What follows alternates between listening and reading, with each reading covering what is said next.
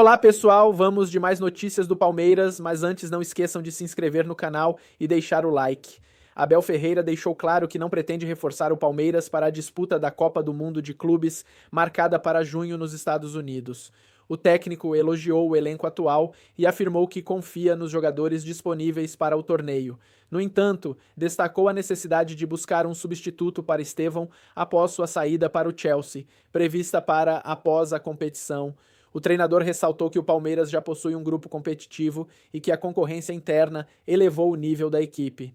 Abel mencionou que jogadores como Facundo Torres, Felipe Anderson e Maurício podem atuar em diferentes posições, mas reconheceu que nenhum deles tem o mesmo perfil de Estevão, que atua como ponta-direita. Estevão fez sua despedida do Allianz Parque na goleada por 6-0 sobre o Sporting Cristal pela Libertadores e ainda terá mais um jogo pelo Palmeiras contra o Cruzeiro no Mineirão, antes de seguir para o Mundial de Clubes.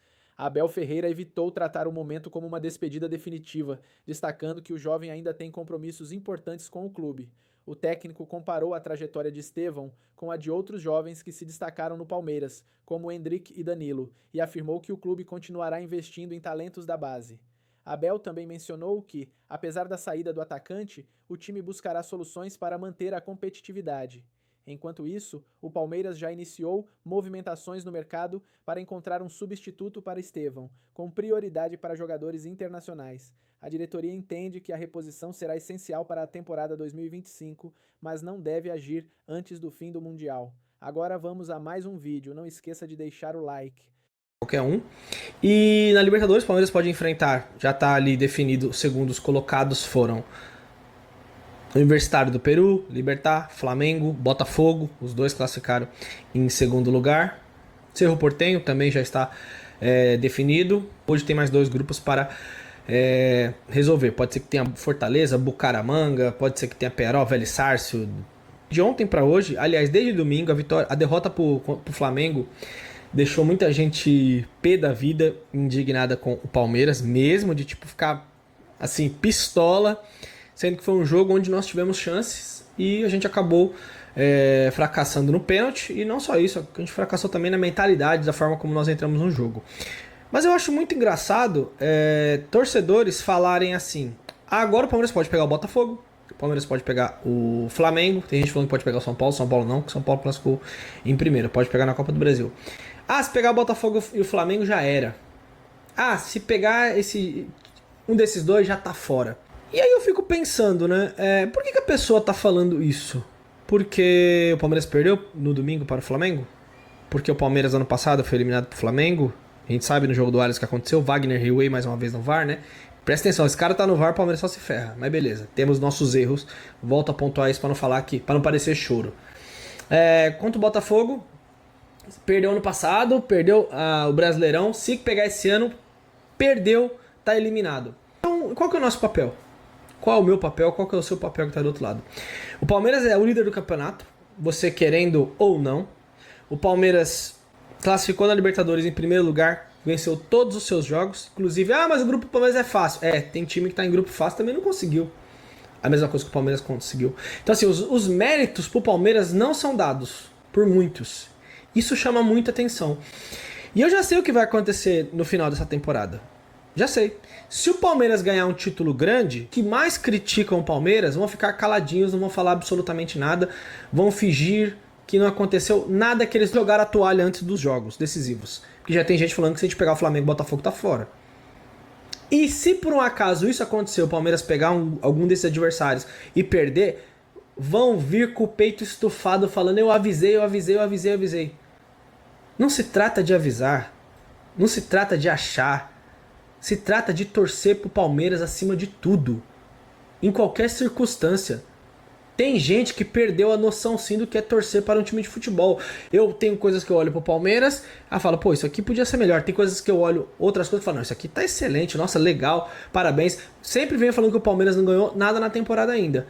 Mas é inacreditável o número de pessoas, o número de torcedores, principalmente de domingo pra cá, que não aceitam uma derrota. Que jogam a toalha, já jogaram a toalha. O Palmeiras já perdeu todos os campeonatos daqui pra frente. Todos. E eu gostaria de saber como que uma pessoa dessa gosta de futebol. Como que você torce ainda para o seu time?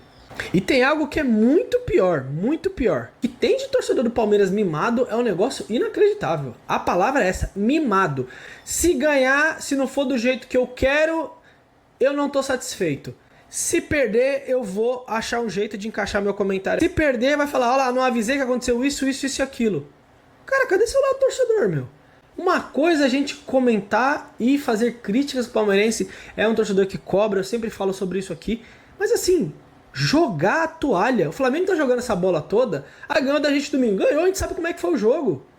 A gente sabe que o Abel também entra com outra postura, tem que entrar com postura diferente sim.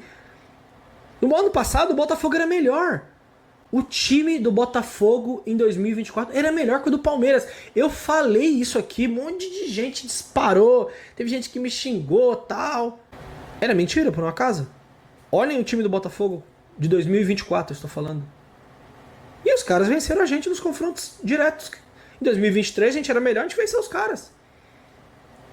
Às vezes um time que é inferior pode vencer, pode, mas a régua não é muito assim. O time que é melhor geralmente vence, mas nem sempre. Por isso que o futebol é tão sensacional. Mas colocam um fracasso do ano passado contra o Botafogo como se fosse algo de outro mundo. O time dos caras era bom pra caramba. O time do Flamengo é um time bom. O Flamengo tá oscilando muito também.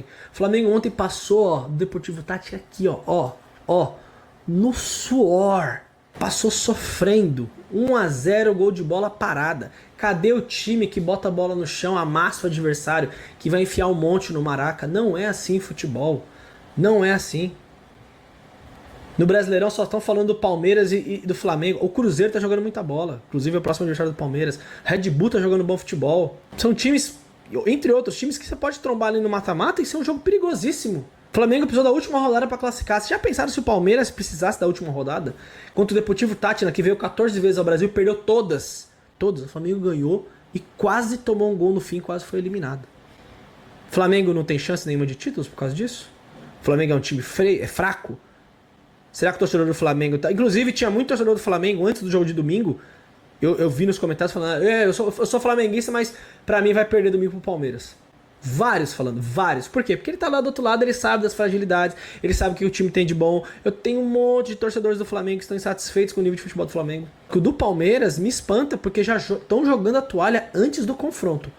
Como isso é possível? Você poderia me explicar? Então eu acho que o nosso papel é estar do lado do time. Eu procuro ser o mais transparente e verdadeiro possível. Não gosto de ficar só puxando o saco do time. Meu perfil não é esse. Também não sou um cara de ficar plantando crise, falar que tá tudo errado e tal. Não é isso. Começo do ano o Palmeiras não tava jogando bom futebol, não tava. Agora o Palmeiras tá jogando futebol melhor. É um time que erra pouco e tem gente que não dá valor pra isso. Sabe quando que eu vou vir aqui, antes de um mata-mata, entre times brasileiros contra times europeus, eu já falo outra coisa. Se der Palmeiras e Bayern no Super Mundial, Palmeiras e Manchester City, Palmeiras e Real Madrid, os caras são muito favoritos. Muito favoritos. Mas eu vou assistir o jogo. Na hora do jogo eu vou me agarrar no que der, porque é um jogo de futebol, a gente sabe que pode acontecer várias coisas. O Getafe às vezes não ganha do Real Madrid. O City já não tropeçou esse ano para vários times na temporada de décimo para baixo na tabela. Não é o padrão, mas pode acontecer. Só que a gente sabe, a gente tem noção da nossa posição perto de um time europeu. Agora, se a gente pegar o Flamengo, se a gente pegar o Botafogo, eu vou jogar toalha antes dos confrontos, mesmo com o que aconteceu no ano passado. Isso eu não vou fazer de forma alguma. Que eu não estou vendo essa superioridade absurda dos caras. Se tivesse eu falaria como eu falei no ano passado do Botafogo. E mesmo assim vamos pro jogo, porque é futebol. O campeão da Copa da Inglaterra esse ano foi o Crystal Palace. Tinha City, Liverpool e todos os times da Premier League que a gente sabe. O campeão da Europa League foi o Tottenham. Um time que fez uma temporada completamente inconstante. Uma temporada horrível do Tottenham. Só que do Manchester United acho que ainda foi pior. Os caras ganharam a Liga Europa, onde tinham muitos times de qualidade querendo o título. É um mata-mata. Tudo pode acontecer. E jogar a toalha antes do confronto, afirmar que eu tô fora, por mais que o Palmeiras tenha que melhorar algumas coisas assim, isso daí eu não vou fazer não. Mas cada um faça o que quiser. Mas acho que estão perdendo um pouco do espírito do que é torcer para o Palmeiras, o que é ser palmeirense. Palmeirense desiste antes da hora? Bom, agora é com vocês. Deixe seu comentário. Grande abraço, galera. Aqui é Contra Tudo e Contra Todos. Até a próxima. Tamo junto. Jogo difícil. Mineirão vai estar lotado. lá no domingo, certo? Vai ter torcida visitante lá, né? O torcedor do Palmeiras que quiser acompanhar vai poder acompanhar, mas o jogo será dificílimo, pedreira aí, tá? Domingo às 7h30 da noite. Felipe Anderson participou de uma parte da atividade, ele ainda se recupera de um edema na coxa direita. Creio que não vai estar disponível para domingo, não. Vamos ver, né? Tem mais 2 atividades aí, quem sabe. Os titulares do jogo de ontem fizeram um trabalho regenerativo, como já é de costume, enquanto Vitor Roque, que foi poupado, esteve na movimentação no gramado. Abel terá mais 2 atividades para definir a equipe, que terá 2 desfalques certos, né? Teremos que fazer aí 2 mudanças forçadas, pelo menos 2 mudanças forçadas aí. Gomes e Murilo estão suspensos.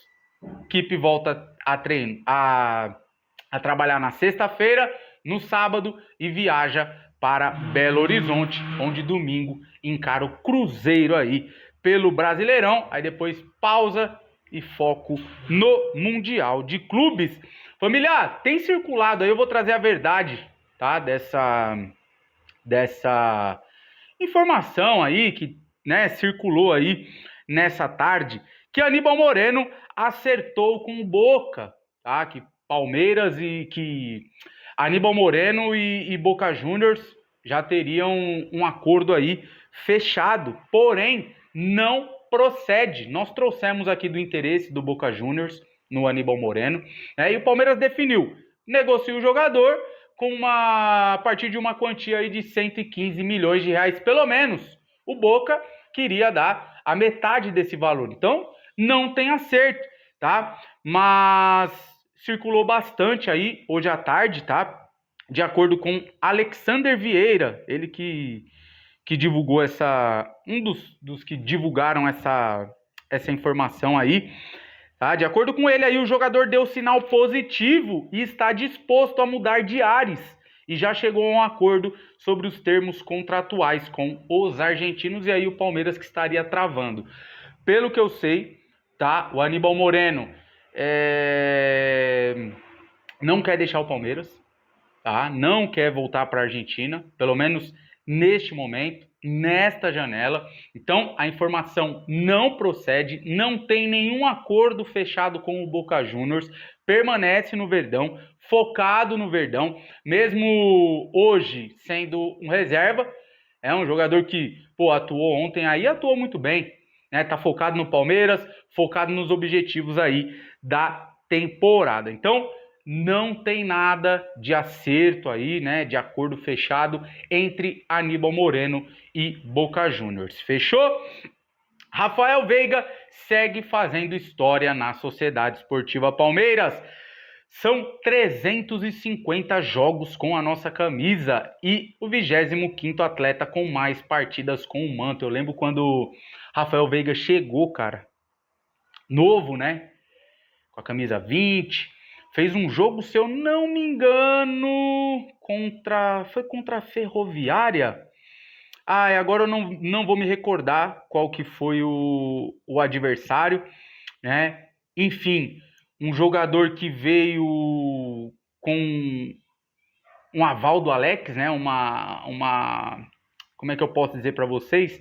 Não um aval, né? Uma dica do Alex. Agora eu não vou me lembrar da palavra que eu queria trazer para vocês aqui, né? Mas lá no Paraná diziam que ele seria, né? Iria ser aí o novo Alex e tal. É um jogador com características bem parecidas do Alex, né? O pessoal falava lá.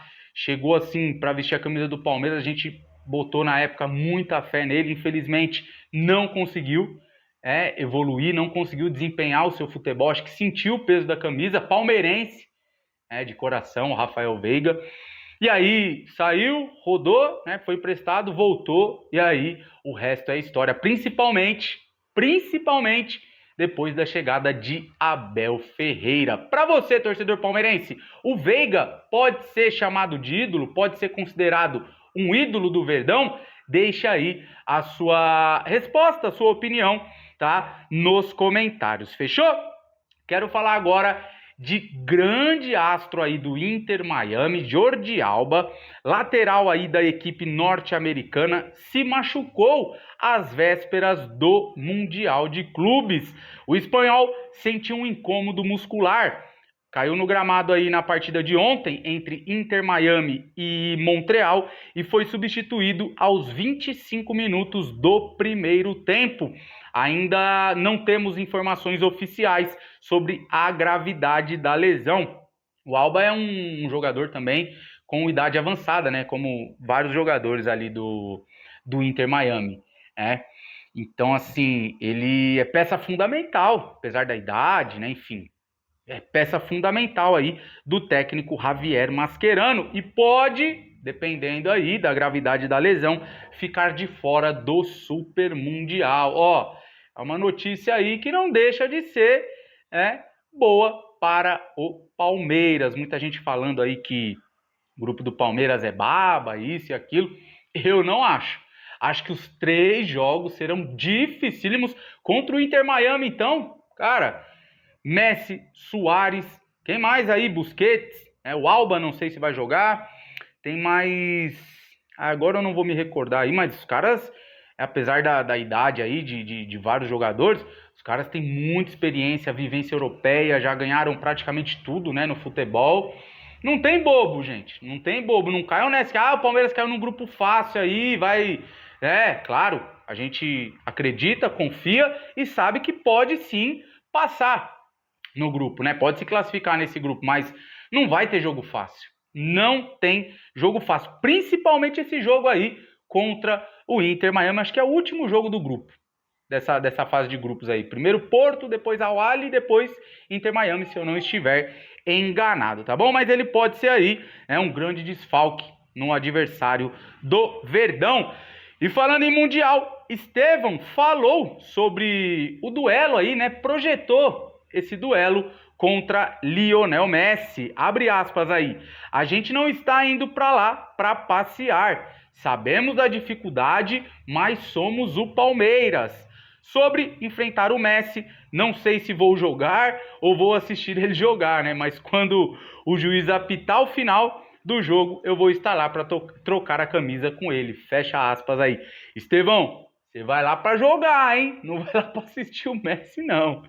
Aliás, todos aí do Palmeiras, hein? Vamos lá para jogar, hein? Não vamos lá só para assistir, não, e para passear. Espero que realmente o espírito seja esse, né? De que não estão indo para passear, não. Vamos jogar, jogos dificílimos aí, mas somos a Sociedade Esportiva Palmeiras. É isso aí. O Estevão que, depois do Super Mundial de Clubes, vai para a Inglaterra e vestir a camisa do Chelsea. E a CBF definiu agora há pouco que quem apita Cruzeiro e Palmeiras no domingo é o árbitro Rodrigo José Pereira de Lima. Se eu não me engano, foi o mesmo árbitro que tirou onda com o Matheus Pereira. Ele ia dar um cartão pro Matheus Pereira e pediu pro Matheus Pereira virar para ele ver o nome, né? Quem é você mesmo? Como que é o nome dele? Perguntando como que é o nome dele. Eu não sei se ele tava tirando onda ou se realmente não sabia quem era o Matheus Pereira. Mas eu sei que já gerou revolta lá dos cruzeirenses, né? Muita gente falando sobre essa escolha da arbitragem lá em Minas. Enfim, no VAR teremos Marcelo de Lima Henrique, tá certo?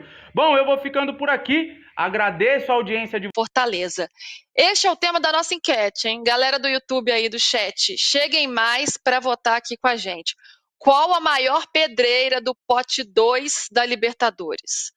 Botafogo, Flamengo, a gente fez essa enquete aqui, ó, lá no início, antes mesmo dos jogos acabarem, hein? Penharol, outro, mas eu vou colocar o Fortaleza nessa história, vou substituir aqui o Penharol pelo Fortaleza. Olivia, vou tocar para você aqui. Qual que é a maior pedreira desse nosso pote 2, e como é que você viu esses confrontos? Acho que tá todo mundo meio que fugindo ali, Botafogo, Flamengo, passou em primeiro, talvez não seja tão boa notícia assim. Vamos ter confrontos grandes aí já nas oitavas de final. Acho que o Flamengo tá sempre nesse páreo, né, Lu? Ninguém discute, né, isso. Porque por mais que não tenha, né, a questão da regularidade, seja uma equipe com oscilações e tudo mais, faz, né, bom futebol, mostra bom futebol e sabe jogar bola, né? Então, assim, eu acho, eu ainda vou nesse ponto de potencial de elenco, ao contrário do só também daquilo que vem apresentando, né? Obviamente que tá devendo, né? Mas vou nesse voto aí. E eu acho que vai ser bem mais difícil do que a gente imagina, tá? Essa segunda fase, essa próxima etapa da Libertadores. Muita gente pode até achar que, porque classificou em segundo, vai ter mais dificuldade. Eu não sei. Algumas classificações em primeiro também foram um pouco enganosas. Assim, pelo menos na minha visão, o São Paulo não fez grandes partidas, então também ficou devendo, por mais que tenha vencido e tal, ainda falta alguma coisa. E eu acho que as oscilações vão começar agora, ainda mais com desgaste e tudo mais. Talvez algumas equipes saiam na frente por conta do descanso que elas vão ter nesse período do Super Mundial. Mas eu também não vejo, assim, aquele grande futebol. Vão ter que se reforçar. A segunda fase, a próxima... O mata-mata da Libertadores vai ser definido muito nesses detalhes, assim. Quem que vai ter fôlego para aguentar o segundo semestre e também a questão de grana, né? Porque isso daí nunca sai de moda, né, gente? O dinheiro segue sendo um ponto primordial do futebol. Olha, não estou tão preocupada com esse sorteio, porque meu time não está envolvido, então para quem está, muito boa sorte. Alice, a segunda-feira, meio-dia, o bicho vai pegar. O Palmeiras, que chega aí com a melhor campanha, 6 vitórias e 6 jogos, uma campanha irretocável nessa primeira fase, mas claro, pode ter vida difícil enfrentando esses times do segundo pote. Dá para a gente imaginar, assim, projetar possíveis confrontos, o que pode ser mais complicado? Temos o Inter também, que depois de um momento aí de oscilação com o Roger Machado, consegue uma boa classificação diante do Bahia, com um time intenso, com o Roger também apresentando soluções. Um São Paulo, que se não é brilhante, é um time sólido, é um time que não perde, né? E chega aí com a segunda melhor campanha, uma das melhores campanhas dessa fase de grupos.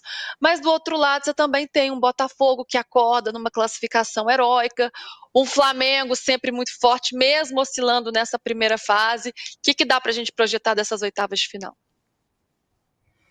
Luísa, para mim, o grande ponto de interrogação é quais serão esses times no segundo semestre, especialmente Botafogo e Flamengo. Né? São times que têm dinheiro para contratar. A gente viu hoje o Botafogo recebendo uma proposta pelo Igor Jesus. Então, o time pode melhorar, o time pode piorar. Né? Tem time que, quando tem mais tempo para treinar, piora. Né? Então, assim, é uma outra temporada. A gente, quando voltar do Super Mundial, estará numa outra temporada. Os times vão ter jogadores diferentes, vão ter passado por esse tempo de descanso, alguns. Então, para mim, fica essa dúvida. Se a gente olha para o que esses times são hoje, eu não tenho dúvida que, apesar da campanha bastante mediana, para não dizer medíocre, que o Flamengo fez nessa fase de grupos, o pior time para pegar é o Flamengo. Porque o Flamengo é um time que, se acordar um dia, né, e jogar o que pode jogar, o que já jogou pelo Campeonato Brasileiro esse ano, ele é definitivamente o time mais forte desse pote e um dos times mais fortes da Libertadores como um todo. Né? Para os times brasileiros, assim, eu sempre sou, né, pensando no meu time, eu sempre sou contra pegar time do mesmo país, pegar time brasileiro. Eu sempre acho que tem mais chance de dar zica, mesmo quando é um time mais fraco. Então, eu imagino os times brasileiros querendo fugir de tanto do Flamengo quanto do Botafogo, né, mas até mesmo do Fortaleza, que tem uma força dentro de casa, que esse ano, né, não tem sido a mesma coisa que já foi, mas, né, pode dar um chabu. E eu acho isso que a Lívia falou também relevante, né? Tem algumas coisas que são enganosas. A própria LDU, né? Esse grupo do Flamengo, que terminaram os 3 ali empatados com o mesmo número de pontos, a LDU, o Flamengo e o Central Córdoba, ninguém jogou bem. Ninguém jogou bem. Né? Então, a LDU tem a força da altitude. Né? Então, Libertadores tem sempre esse fato, né? O quanto eu vou ter que viajar, o quanto eu vou ter que subir a montanha, fazer essa conta também. Mas é claro que, assim, eu imagino que o time que ninguém quer pegar é o Palmeiras, que pelo menos até agora na competição é um time que parece que liga uma outra chave, né? Muda e tem, mesmo jogando com time reserva, entra e ganha jogando bem, ganha jogando mal, goleia, mas né, tá sempre ganhando. Mas eu tenho certeza que, assim, segunda-feira vai estar todo mundo desejando o Flamengo e o Botafogo, todo mundo que está no pote 1, desejando o Botafogo e o Flamengo pros coleguinhas, até por esse ponto que eu falei. O Botafogo também não jogou bem a competição, tem esse aspecto de ter conseguido vencer com um a menos, como fez, né, na final da Libertadores, e que foi campeão, e tem todo esse aspecto, mas assim, não jogou bem ainda também. Mas está numa curva ascendente. No meio tem agora o Super Mundial, segundo semestre pode ser outra coisa, mas é um time que, não vou dizer que tem dinheiro, porque a questão do John Textor é mais complicada, mas é um time que tem acesso a dinheiro, tem acesso a contratações, e por isso pode acabar se reforçando, mas assim, eu não tenho dúvida que assim, o caminho é fugir do Flamengo e do Botafogo. Ô Massa, quem que te surpreendeu e quem que te decepcionou nessa primeira fase? O que que essa primeira fase quis dizer? É claro que assim, não é garantia de nada, né? Os resultados eles são importantes para uma vantagem, mas eles não garantem algo no futuro.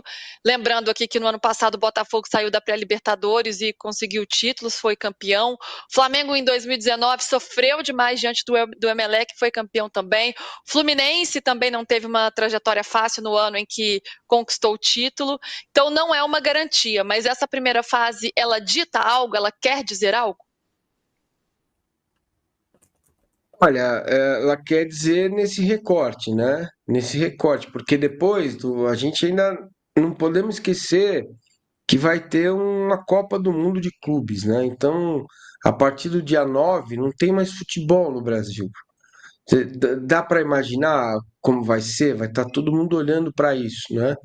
E aí é jogo igual Copa do Mundo, jogo de manhã, jogo depois do almoço, jogo no final da tarde, né? É evidente que isso envolve apenas 4 torcidas do Brasil, mas a gente não sabe como esses clubes vão voltar do Super Mundial, da Copa do Mundo, se eles vão voltar chamuscados, se vão voltar com moral. Neste primeiro recorte, eu tenho aqui uma meia decepção e uma decepção inteira e uma surpresa. Vamos lá. A meia decepção é o Flamengo, você se classificar com as calças na mão, depois de ganhar do Palmeiras, com certa autoridade no segundo tempo, depois do pênalti que o Palmeiras perdeu no primeiro tempo, e se classificar da forma que foi, não fosse o Rossi, né, que fez uma defesa espetacular, hoje o Flamengo estaria fora da Libertadores, né? Então, cara, para mim eu esperava eu esperava mais desempenho do Flamengo, né, neste momento da temporada. Acho que o time está desempenhando menos. E uma coisa me preocupa muito: você termina o jogo, os jogadores desabam.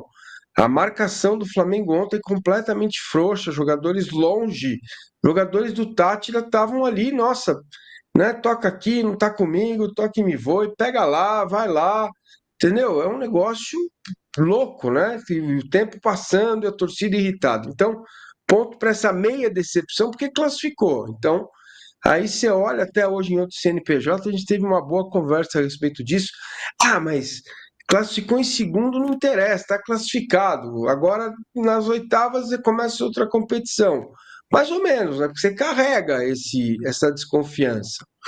E a decepção inteira para mim é o Bahia, cara, porque o grupo muito difícil, verdade, grupo duro. Mas quando você faz 7 pontos no primeira perna da Libertadores, cara, o Bahia teve 3 jogos para fazer 3 pontos. Até talvez 9, se dependendo do confronto direto. E quem foi muito mal, ainda existe uma coisa no modelo Ceni que é um certo pragmatismo para os 3 pontos, e tem horas que tem que ser diferente, cara. Tem horas que você tem que administrar o jogo, sabe? Tem horas que você tem que tirar o pé. E assim, para minha surpresa, confesso, eu preciso confessar, eu não acompanho o campeonato colombiano com a atenção que deveria. Mas para mim vai ser um adversário difícil. esse América de Cali. Eu gostei bastante do que eu vi dessa equipe na primeira fase. É um time, cara, insinuante, jogadores fortes, e é uma coisa meio Colômbia dos anos 80, sabe? É um time um pouco vamos que vamos, é um time meio irresponsável taticamente, mas que, olha, vai dar trabalho sim para quem pegar o América de Cali na próxima fase da Libertadores. Me chamou a atenção o que o Rogério falou, Massa, que ele diz que faltou maturidade para o Bahia, e o Bahia demonstrou isso em vários momentos, e mesmo no jogo de ontem, né? Ele fala, o time conseguiu se equilibrar, se estabelecer ali na partida diante do Internacional, jogando fora de casa, faz o gol, e aí 1 minuto depois você já permite que o adversário chegue para fazer o gol. Então tem essa questão da maturidade, embora tenha jogadores experientes como o Everton Ribeiro, campeão da Libertadores, e o próprio Rogério Ceni, né, que tem uma experiência aí, nem tem o que falar, gigante Libertadores, Então, mas acho que isso pegou pro Bahia também. Você vocês comentou se algo, lembram Massa? do gol? Atlético, era do Sim, Atlético sim, Nacional que você fala?